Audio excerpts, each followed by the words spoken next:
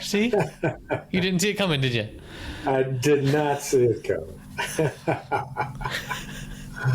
Oh, yeah. Yeah. Anyway, how you been, man? It's been only a week this time. Ooh, But like, what a week. Well, I had a medical procedure done that would be fun to talk about. oh yes, let's talk about. Let's start right there. Well, Sure. Wait a minute first. How was your week, Erik? My week was fine. I did a typically Spanish thing over the weekend, which was to watch a really sad version of a bull run, as you would call it. But we can talk about that. I have some thoughts. And also, we got this is Mugshot week, so we can talk about that too. Oh, since we spoke. Yeah. Yeah, I love he. Do you see how much money he made on merch in the first day? $7 million. How much money he made, or how much money he claimed to have made? No. Well, how much money they reported, which they have to report it correctly, or it's a felon. But good question. Oh no, a felony? That should scare them. Good question. Huh. He's only got 91, and they did we talk since the presidential debate? Maybe not. No, that was literally the night that we spoke last. You were going to watch it. That's right. So I watched the whole thing from stem to stern, and the post election stuff, not on Fox because I couldn't stand that. Is the term stem to stern, or is it bow to stern? Stem to stern. What's the stem? How does that? The stem is your pecker, and the stern is the upper part of your chest. That's the sternum. Oh, so that's what I'm saying wrong. Stick to sternum. Okay, I'm sorry. Anyway, like stern is a term, but the most telling, for our purposes, first purposes here, the most telling event of the night happened when, and the candidates are on stage, center stage with the highest ratings. So little Ron DeSanctimonious is in the middle of the stage, and then Vivek Ramaswamy. Yes. That's wrong. He's next to him. Have you seen this guy? I watched some clips of the debate. Of the debate. So he's got this enormous smile and this absolutely, to some hateful attitude, to others wonderful attitude. So sure of himself, never run for public office before. And he ends up saying shit like, I'm the only one on the stage who's not bought and paid for. Yes. And every single person on the stage came at him. He did his best to fend them off. He was declared the winner of the debate. Yeah, I heard that. He got the second most time. Mike Pence got the most time, interestingly enough. And he was combative. Who? Mike Pence? Mike Pence. Mike Pence? Several different. Mike Pence was Well, combative. he's not little, but he's little in political stature. Yes, that's what I meant. We call him now Mike, don't let them hang me, Pence. But he got combative and he got some points, and he's the first president I've ever heard in a debate, and I'm sure it's true, who said that ever since I received Jesus Christ in my life as my one and true Savior, I've thought. And he just established himself as the only person on the stage who wanted to claim that all-important evangelical vote, which is important for the primary. For sure. Probably more so than the general election. But here's the most telling moment. All that was just preview. And Nikki Haley, oh my God. She got a big boost, I heard. She got 7 points and a big fundraising boost. Yeah. That puts her at 9. Right. And Trump lost 7 points, so we went from 57 to 50. But here's the big moment. Raise your hand if you would still support Trump if he's convicted of this crime. From Governor Snoozberger from North Dakota all the way down to DeSantis, they all quickly raised their hand. DeSantis looked at everybody and then raised his hand. Yes. I'm telling you, And they are all auditioning for VP. And from what I've heard so far, I think Nikki is the VP pick. Well, I don't believe that in a minute, because the base hates Nikki Haley. They hate her. They hate Chris Christie. They hate her. Who do they love? They love Vivek. They love him. They hate Pence. They hate Christie. Right. And it's primary to pick the nominee, not the general. True. No, that's not true. Wait a minute. Let me back up. That's not even true. That's not even true. You don't pick your running mate until the general prior to the nomination. No, that's the general. You pick it for the general. Yes. You're right. Yes, you're right. So you're right. But I think he's going to pull a McCain, and out of the blue, seemingly out of the blue, pick a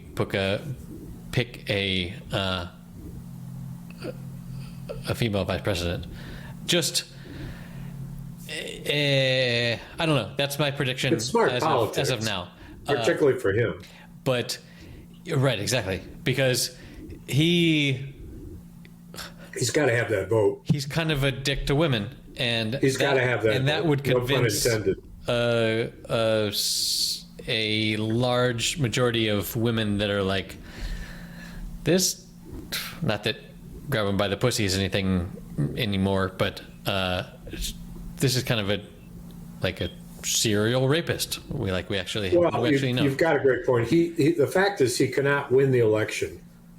I believe this is true. He cannot win the election without winning a majority of women. And black women, the trouble he has, of course, is the abortion issue, which polls so heavily against Trump and all the Republicans, with real live votes to account for it, not projections. Right. Wisconsin, overwhelmingly, both sides of the aisle voted to support it, and put in their Supreme Court a woman who was all about that, if I've got that all straight. And also in Kansas, in droves. And where's the third place? Well, anyway, a third place. Yeah. Cool. A third place. But this Vivek dude is so he has a little spark of what Trump has. He does. He's super charismatic, and it's been said he's willing to say whatever the fuck is pleases him in the moment. Yes. And he's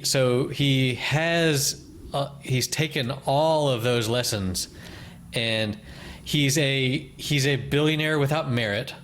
I don't know if he's actually a billionaire, but he made a bunch of money off of some fairly shady drug deals, but more than one. He started runs more than $1 billion company. Right. So that's what he did with them. Maybe he sold them. Maybe he runs them. I'm not exactly sure. And give me how do you pronounce his name? You want to give me I hate to be wrong about that. That's rude.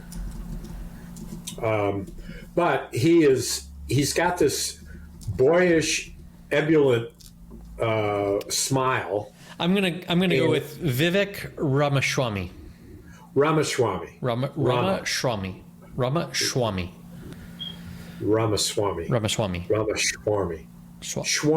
Schmarmy. He's Ramaswamy. He's fucking Ramaswamy. Raha Schmarmy. Yeah. So, yeah, he there. I saw some video where, I think it might have been Fox News, where he was quoting some nonsense, and the newscaster called him out for it, and was like, "No, you're wrong about this. You're lying right now. You're making stuff up. This is wrong." And apparently that interviewer like got fired or something. Well, that's Don Lemon is the person I'm referring to. Don Lemon. Yeah, he was from CNN. He got moved off the Good Morning America show, which I always thought he was an odd fit because he doesn't have stellar intelligence or insights. Most of those talk show hosts, like Chris Hayes, for example, Rachel Maddow, Ari Melber, they have amazing intellects. Yes. Amazing. They are so much smarter than I am that it's just like, so wow. Insightful and beautiful and fun to watch. Eloquent. In their speech. Eloquent is the word. Unlike us. Well versed. And then, there's CNN, which has got the fucking old midget. What the hell's his name? Wolf. Short dude with Wolf Blitzer. God. Neither my wife or I can stand. If he's on, we switch it. But they do have Anderson Cooper, right? Who fits that mold quite well. I think he's a star. Yes. He's funny too. I love what he does on New Year's Eve. It's not with his boyfriend or his husband. It's with a gay friend whose name is Cohen, I think, and they've been doing New Year's Eve forever. And part of what they do on New Year's Eve is they drink a bunch of shots on camera.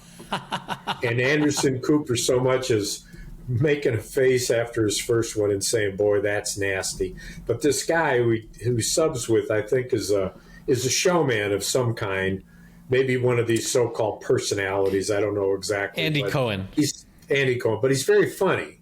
And so he gets Anderson Cooper laughing as the night goes on, and they've been drinking more. He gets rowdier. Anderson gets fun, and it's fun to watch. Yeah. I haven't watched all of it by any stretch, but little excerpts, and I think it's kind of funny. I don't stay up to it. That's why it's fun to get drunk with your friends, because shit happens, and it's funny. Yeah. So I don't know what that was apropos to. We were talking about Don Lemon calling out Ramaswamy for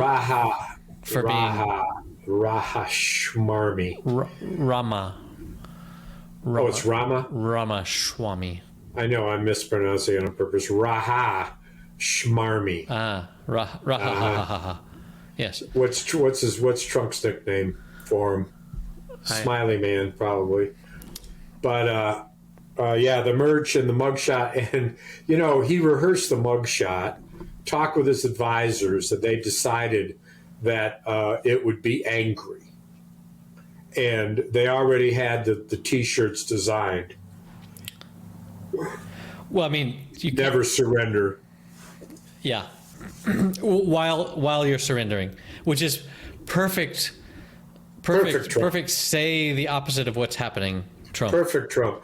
At the same week that they have pictures of him all over the internet playing golf with a pair of khaki pants that look like 46 large, with an ass that's at least half the size of fucking Portugal. 215, baby. With a belly hanging over and his big titty showing. And he says two things. One, he's 6'4", 6'3", and weighs 215 pounds, which is the exact weight, I think, of Aaron Rodgers. Okay. Yeah, exactly. It's just. And number two, that he won the senior tournament at one of his golf courses by hitting a 67 at a course that Phil Mickelson hit a 77 2 weeks ago. Classic. Hey, you know what? You score a lot better if you don't count all your shots. Well, you score a lot better if you don't have to putt. If you're on the green and you count and it your as one partner putt, gives it to you, yeah, that's not what he called in the press hanky-lanky. He misspelled it. There's no hanky-lanky. There's people watching all over the place, and the Secret Service are there. So what could you get away with? Not that I want to.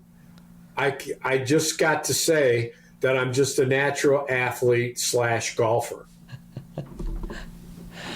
Yes. He can't open his mouth without fucking lying. Well, and this is the guy that like says that walking uphill is for idiots because you're like draining your battery. You know, I'll tell you, he is a piece of fucking work. Lord.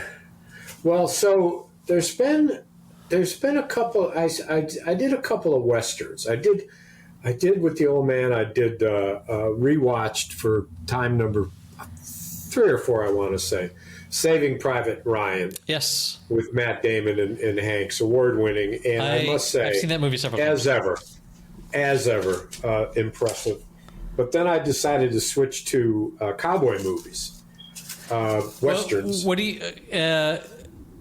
Your father-in-law, did he participate in any wars? Well, yes, he did. He was in the Korean War, and this is what he said. I turned on a western, and had selected it. It was a free one. I didn't have to pay for it, and it was about Billy the Kid. Billy the Kid was played by Chris Christopherson.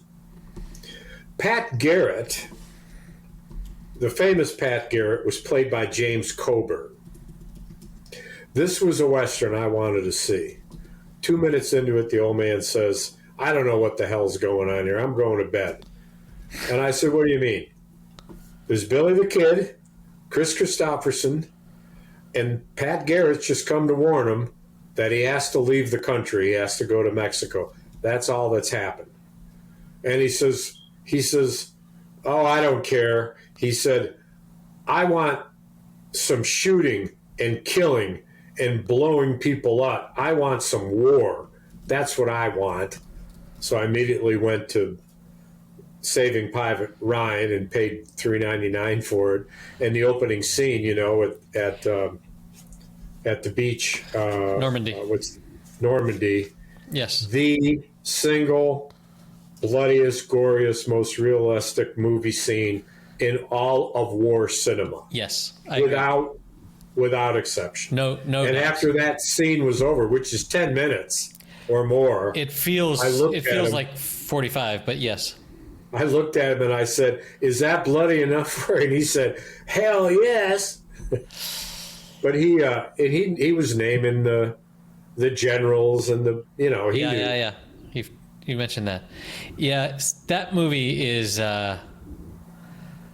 stands alone in its just the craft of making that, and stands alone, but it's in the company of Band of Brothers. Well, yeah, but Band of Brothers came after that. That was like their.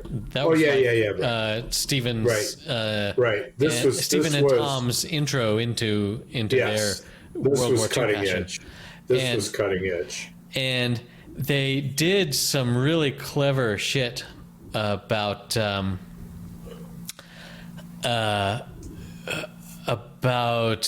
like they didn't let Matt Damon's character anywhere near the other actors until the scene where he appeared. Yeah. And they made all the other actors go through a whole bunch of shit so that they had like banded together and like felt like a cohesive unit. And then they had this new guy come in that hadn't gone through any of that shit. And like instinctively they felt this sort of animosity towards this guy that just came in and like didn't have to do any of this, all this garbage we've been through, and what the fuck, and which was exactly what Spielberg wanted for that sure, character. Of course. Smart. Did I tell you about the improvised line?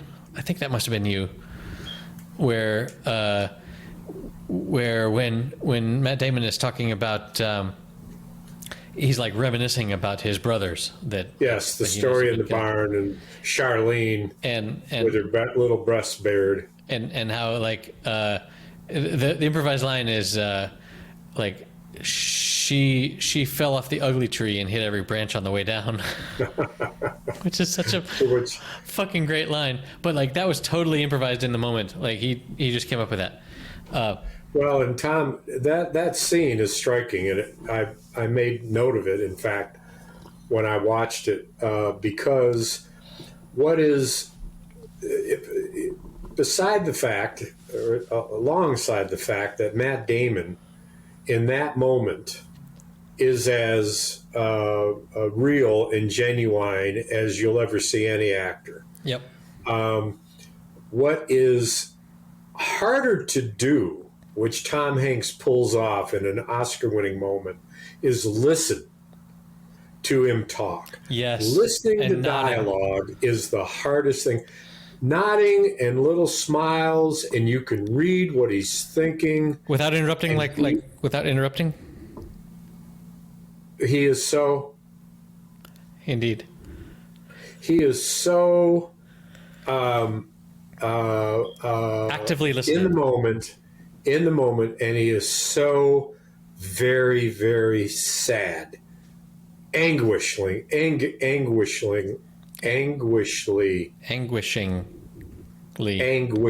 sad,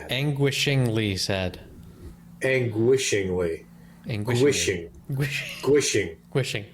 Gwishingly. Rama So let's make up some words. That's our new. We could do that and put it on T-shirts. Ramaswamy, Raha Shmarma for president. Yes. And then on the back, put just a picture of his teeth, his smiling teeth. That's a good one. I recently heard an interview with Steve Martin, and he recalled when he was presenting some Lifetime Achievement Award or something for Tom Hanks, and he recalled that in his speech he said, I thought when I saw a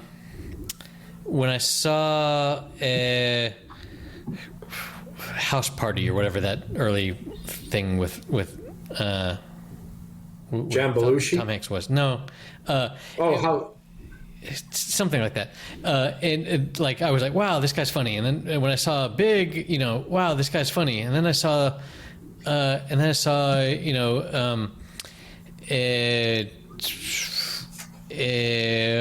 You've Got Mail or something, and I thought, Big. Wow, he can do like drama too.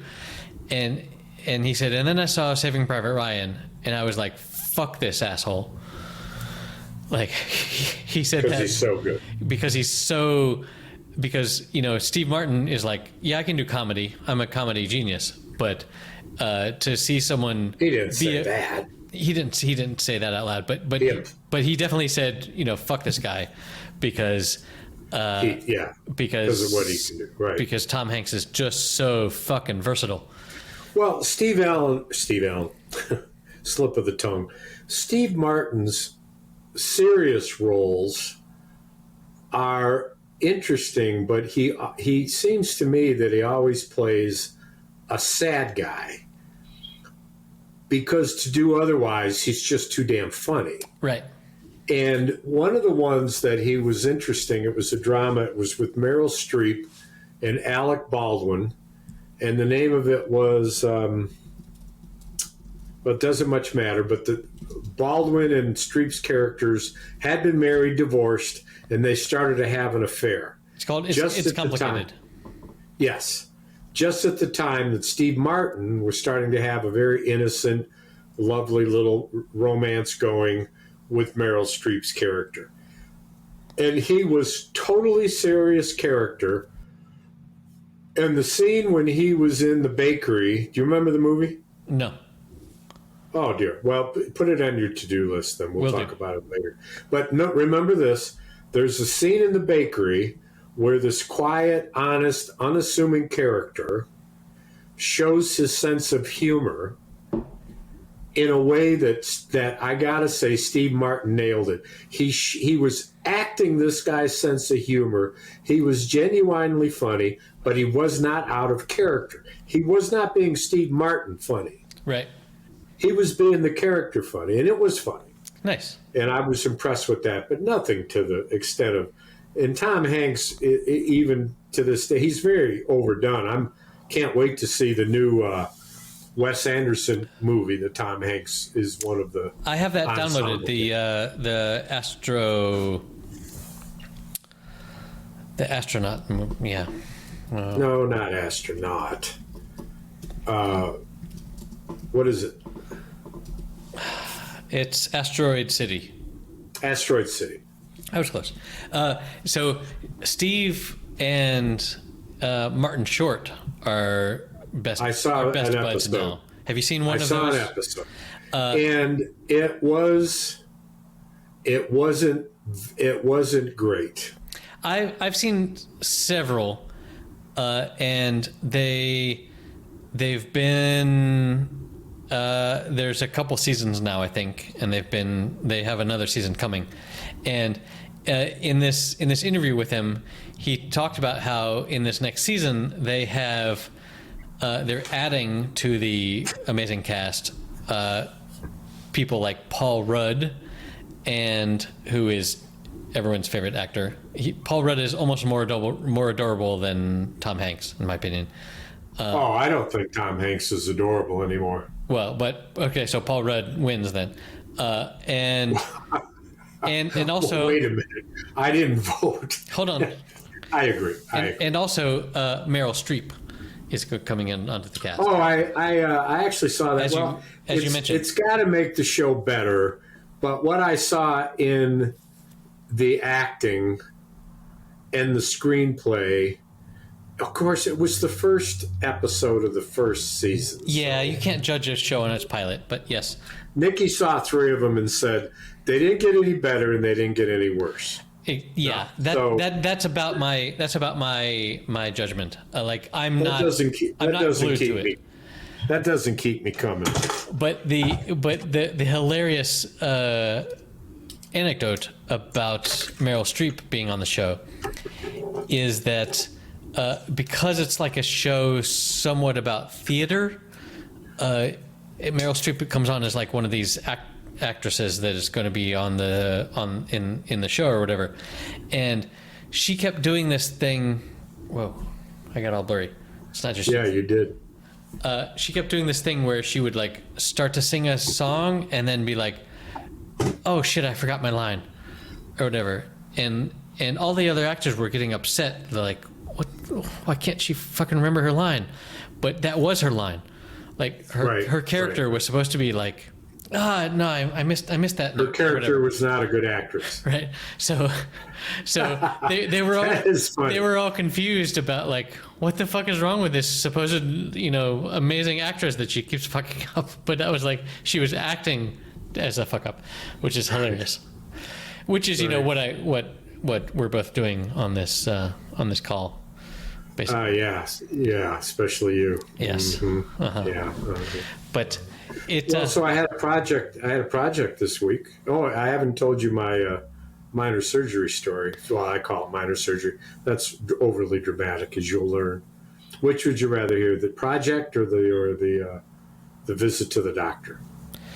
Okay, remind me to have a Matt Damon story when we're done. Well, go ahead with Matt Damon while we're on a roll with Matt Damon and Tom Hanks. Go ahead. So, I watched this week the movie Air. Him and his buddy Ben Affleck. Yes, doing the signing of Michael Jordan to Nike, and it's one of these movies. It's like Apollo 13, where like it's history and you know the outcome, but boy, you can really put in some drama in there, like will they, won't they, sort of stuff in the middle, and Matt Damon is playing a fantastic middle-aged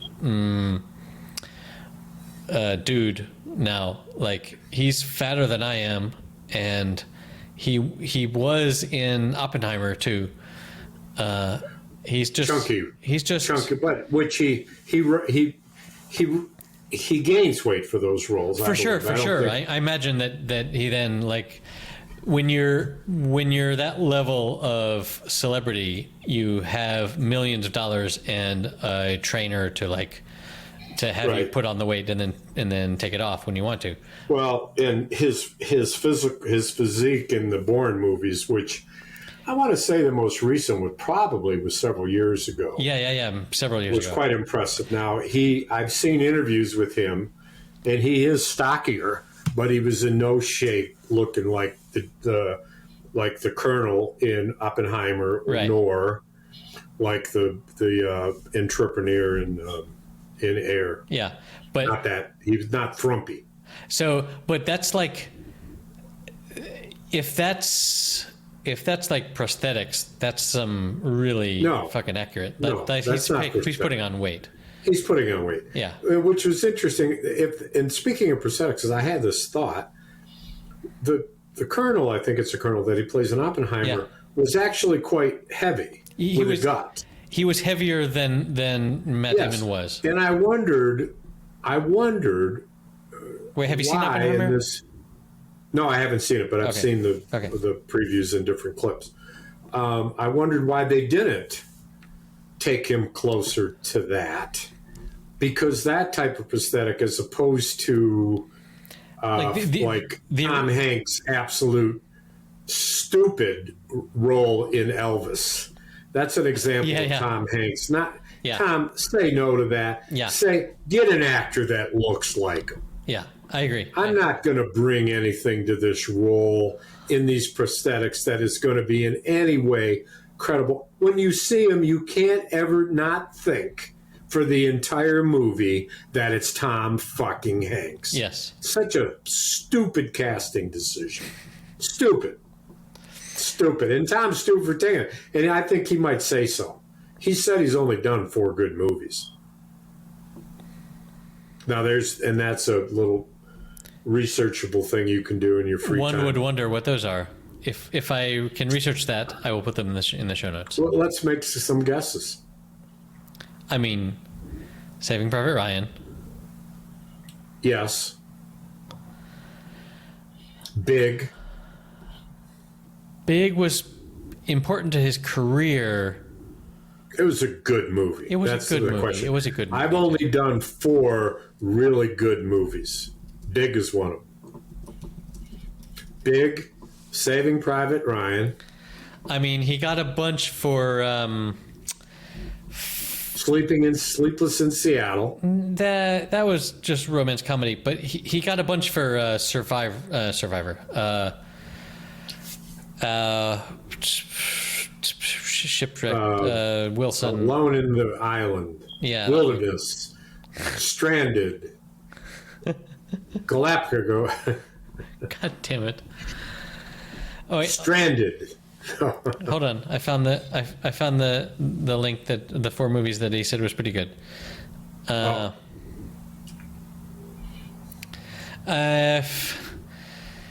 Forrest Gump is a boomer pleasing movie. Like it touches all those. Yes, it's things. A good movie. It's a good movie. What did he say? If you don't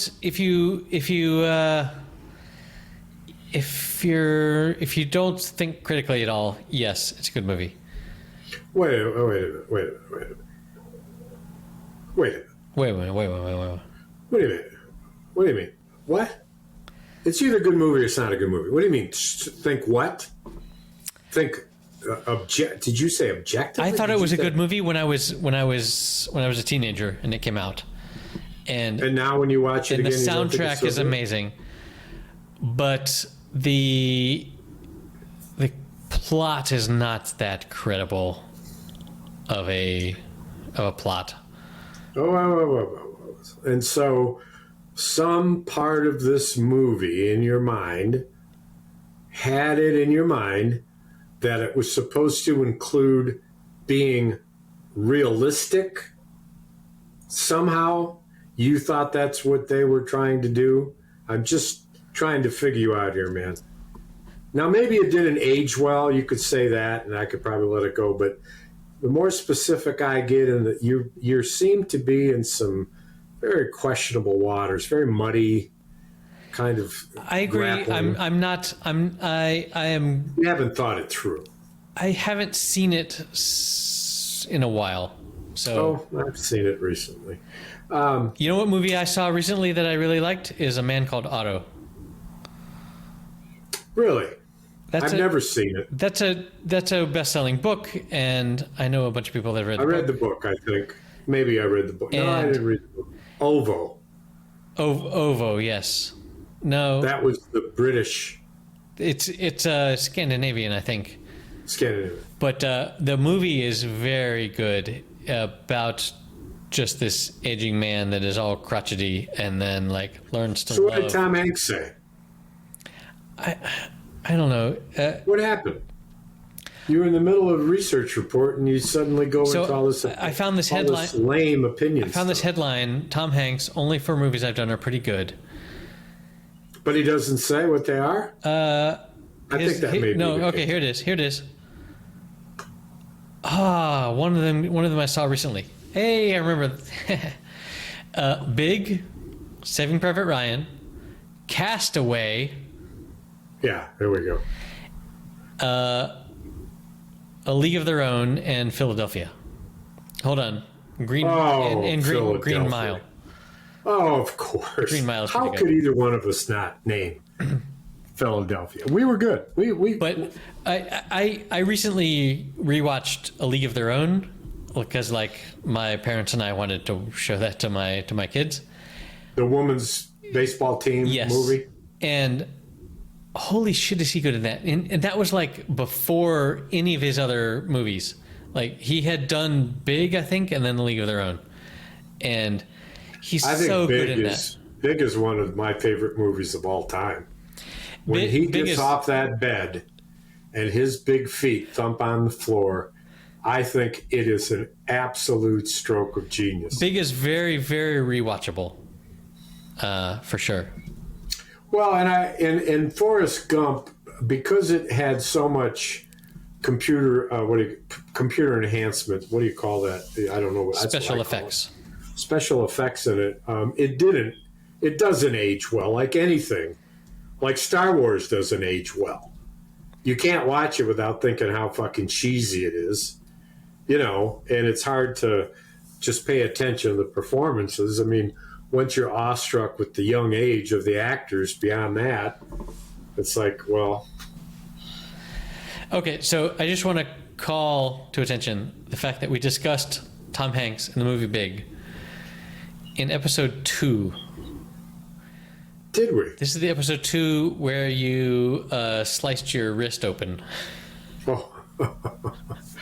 That's how long ago. Let's get a close up of the scar. I've developed a cyst here. See how big that is? Yes. This is only for Patreon subscribers. Yes. Wow, Jesus. That's quite a bulge in your wrist there. Please take that away from the camera, please. Oh God. So I got another one on my leg. Wait, let me do a Forrest Gump and pull down my pants. Yes. So did you tell your Matt Damon story? It was just that I saw him in Air, and I was like, this dude is such a middle-aged slob, and like played it fucking perfectly. And I recommend the movie. It was a good movie. It got good reviews, if I recall. Even though you know the outcome, the acting and the storytelling was all good. And just how, assuming it's accurate, how Nike was such in the 3rd or 4th position of sneakers at that time, and how. But was it a dramatization or it wasn't? I mean, it either was or it wasn't. I mean, there were modern actors playing roles. No. A dramatization meaning that it would say most of what you see is true as be a dramatization, as opposed to a kind of a biographic or documentary, like the reason I say this is because the Lakers, the story of the Lakers, which is now in its second season, which I just love it. I love it. It's an absolute mind bender. That is a dramatization, meaning that some of the events are dramatized or dramatized.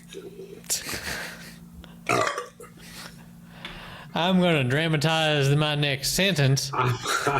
You come over here again. I'll dramatize to you what a angry man looks like. I'll bust you in the head. Oh, so here's the thing that you find. No. So to answer your question, I mean, it's a movie made about a time period. Was Oppenheimer a dramatization? Yes. I mean, yes, it was.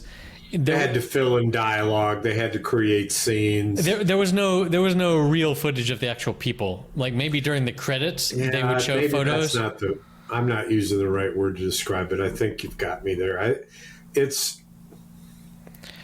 It wasn't a drama schwarmization. Drama schwarmization. That's what it wasn't. Charm. Well, all right. So tell me about your. Let's leave. Matt behind. So I occasionally I have this pain in my big toes of my feet, and it's foot surgery. I love it. Little ingrown toenails on my big toes, on the both inside big toe, and usually I can use nail clippers and catch it in time. What does inside big toe mean? Aren't all the big toes on the inside? Your toe has an outside that points toward your shoe, and it has an inside that points to your second toe. Got it. Inside, outside. Because your nail is a flat surface, it has a left side and a right side on your right foot, and a right side and a left side. In your left foot, your left side is inward, inside. In your right foot, the right side of your big toe is inward, inside. Those are where your toenails grow in that direction. That's where the biggest part of your toenail is. That's where I have these little problems with these little ingrown toenails. Usually I can clip it and kind of pull it a little bit, and get it out of there. This time, both toes started to hurt.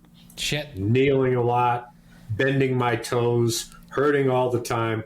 I'm thinking, I'm going on a fishing trip in September. I need to take care of this because it might hurt a little bit, when they trim it.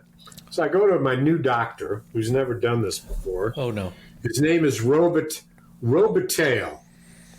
Robitaille.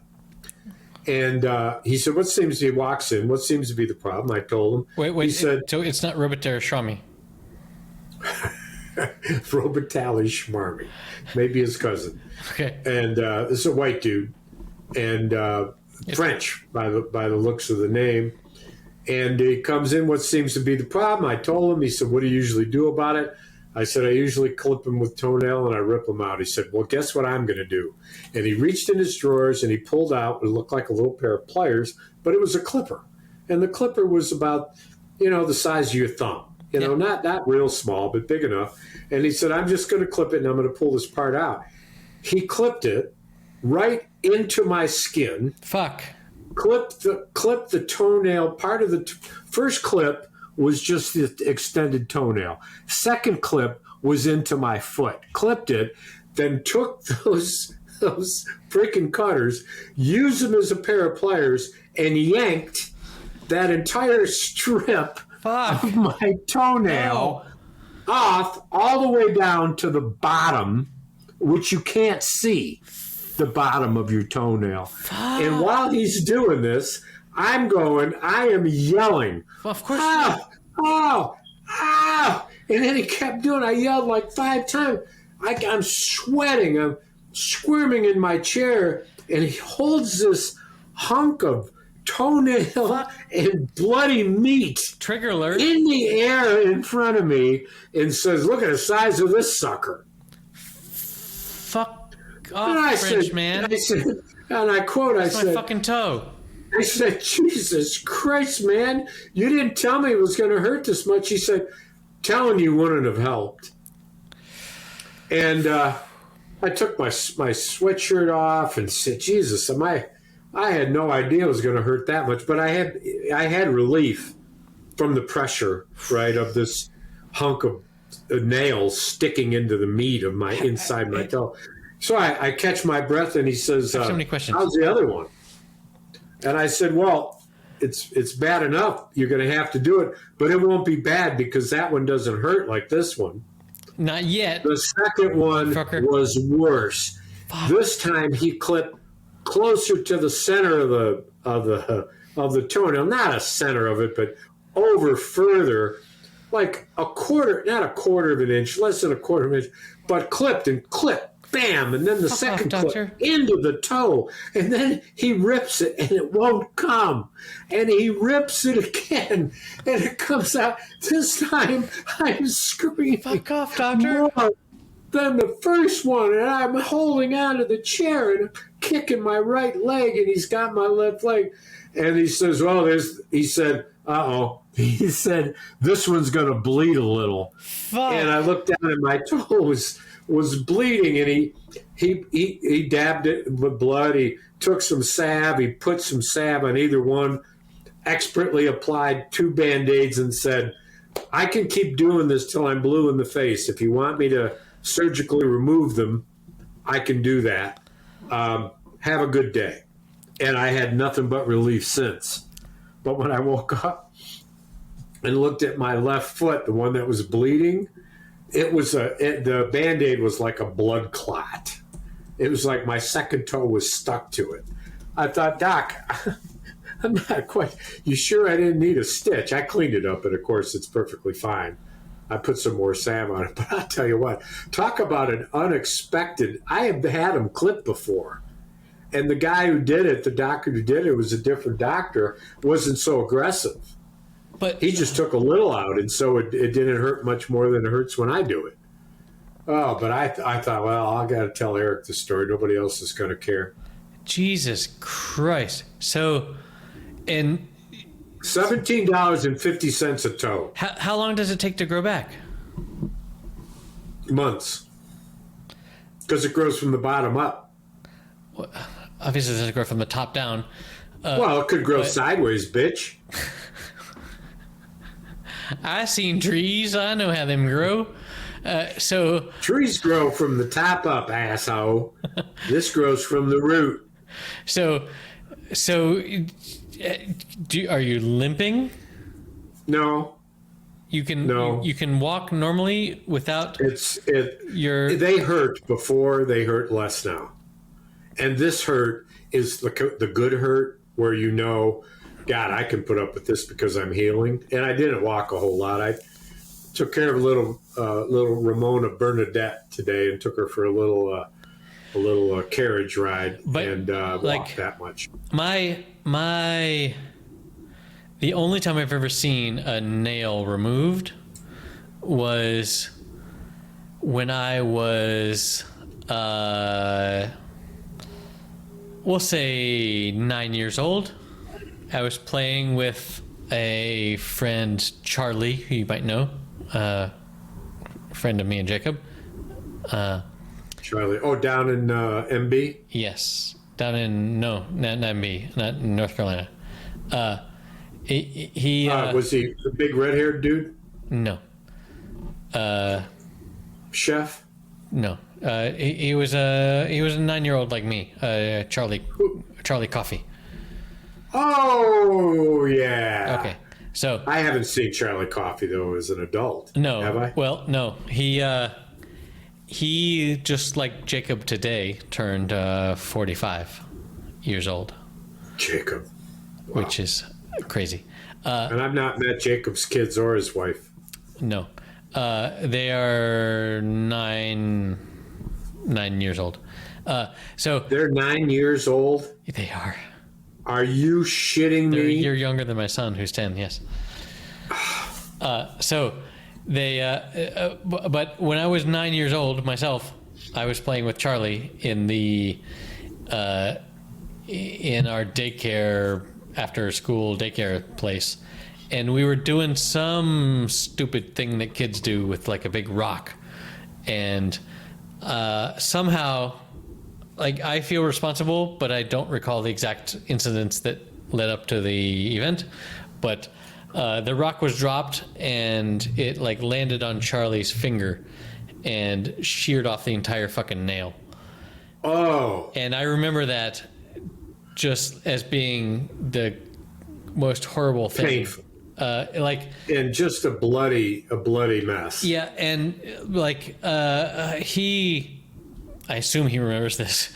I haven't talked to him about it, but I assume he remembers this, and it was just a very important moment in my childhood of like, oh, I dropped this thing and my friend got really seriously hurt. Why am I so blurry? What's it doing? And so, but the whole like removing of nails, like that's a thing you see in movies where they're like torturing people. Torture, yes. And it's just like, what secret would you have told if the doctor had been like, tell me, Dennis, what is the password to the Michigan bank of whatever. Well, so anyway, I did a brief thing this weekend where so this weekend was the town festival. The festival for my town. That the dance thing. Your wife was disappointed. Did I miss it? No, that was the previous from another town. This was right. Our town where my kids really wanted to be here to go out and enjoy the town festival here, and the weather was shit. It rained and poured and was just horrible. And was it a ruin or more or less? Like the concerts that were there, they happened, and like my kid came with us, and my 10-year-old, and he said, "Hey, can I do this thing where you throw a dart to hit the balloons?" And I was like, "Sure." And he was like, "Oh, that'll be $3." Like, fuck, okay, so $3 for 4 darts, and he hit 2 of them or whatever, and won nothing, I imagine.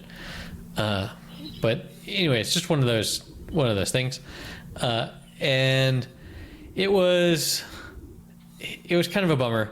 But on the Sunday we went to the little town.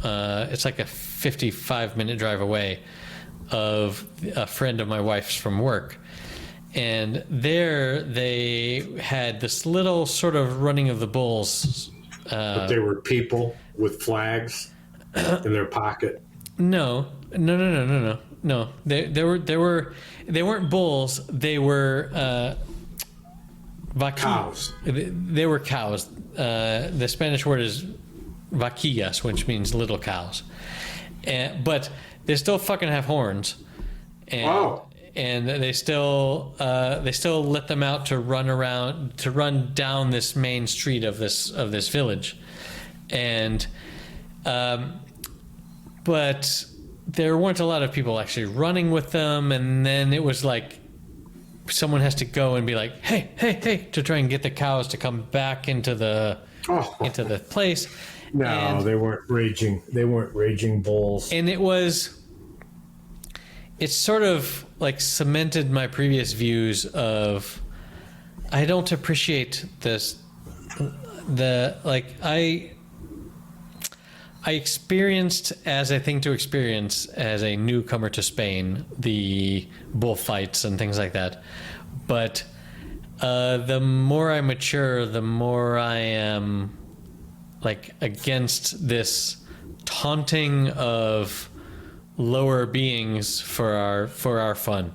Uh-huh. And there's an awful lot of taunting. So does that mean that cows. festival where they tie 2 cats' tails together and swing them around, not one of your favorites anymore?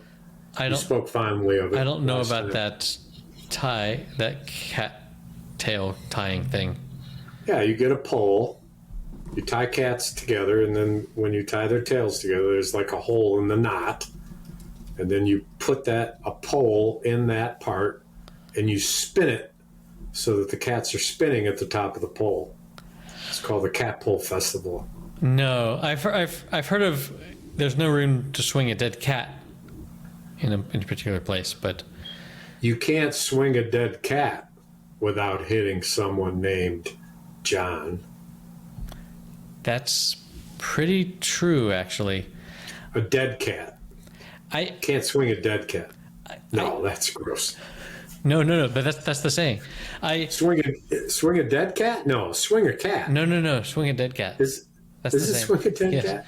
Wouldn't the tail pop out if it was too dead? Too old to be? Well, if it's decaying, then a cat corpse is. Wouldn't that be gross? You're swinging a dead cat around and the tail comes off and the thing you're swinging at gets the ass end of the fucking dead cat with the maggots and the raw meat in it? That would be cool. Yeah.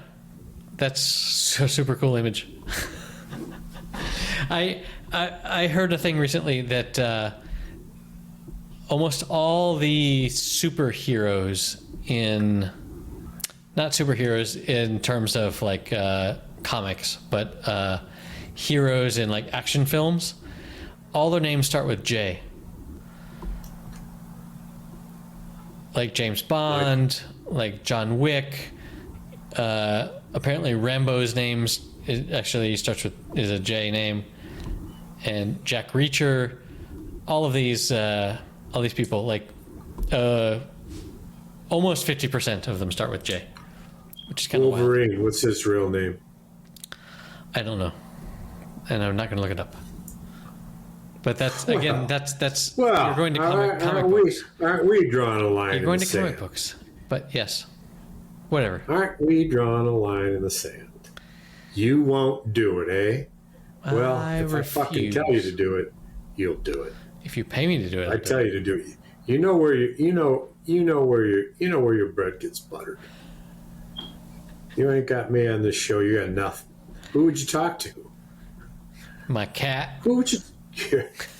Your cat. I wouldn't talk to your cat if it were dead, and I would have swinging it around the room. No, True that. that's not. Well, so we're going to close with a song. Are you ready? Sing it, baby. I'd rather be a pliers than a nail. Yes, I would. If I could, I surely would.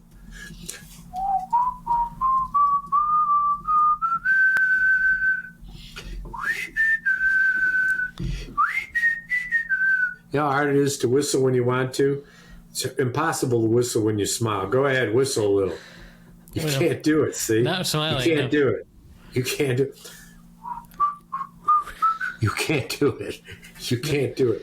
I'm the whistler of this duo. You can't whistle when you smile. You can't do it. Oh, that's nice. That's real PC. Yeah. Yeah. With your sexy shoulders baby. and everything. So are you really drinking Doers out of the bottle tonight? I think I'm pretty impressed with that. No, I was, but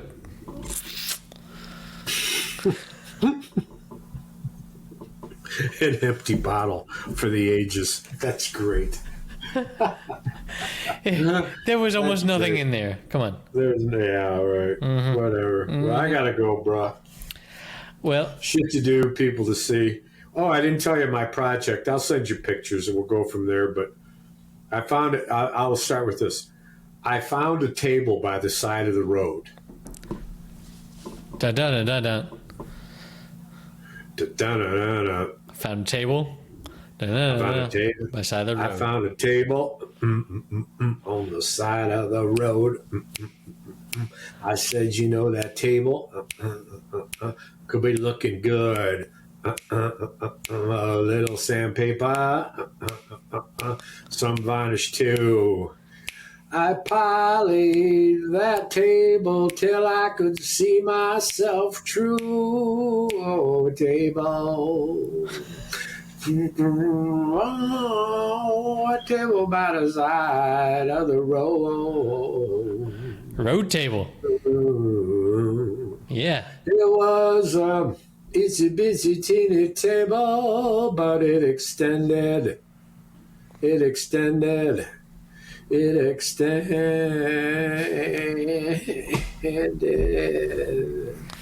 I like this song.